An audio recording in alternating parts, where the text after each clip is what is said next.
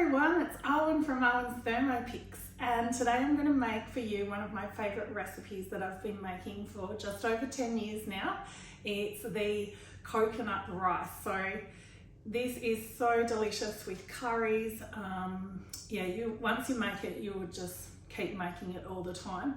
So I originally made this for my older Thermomix, the TM31, and that recipe's been very popular on the Thermomix recipe community.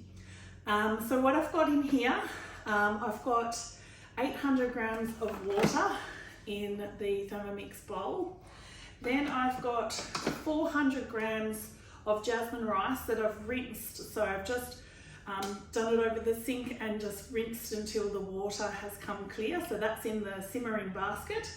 So what we're going to do before we put that in place is put a tin of coconut cream as well. So that brings the liquid up to 1200. So if you are still using the TM31, you just need less water. So I think about 200 grams less, I think it was, but you'll have to double check the recipe. So I'm just trying not to make a mess by putting all the coconut cream all over the place.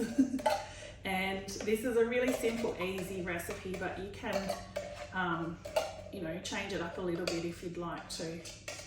So we've got out most of that. And normally I just like to put a bit of warm water in and just get the very last bit of coconut cream out, but I won't for the video for today.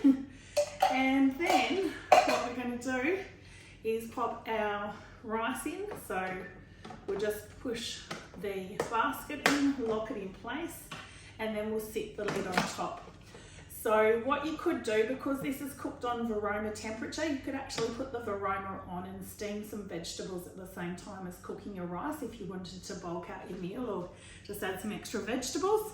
We're going to set the time now for 20 minutes.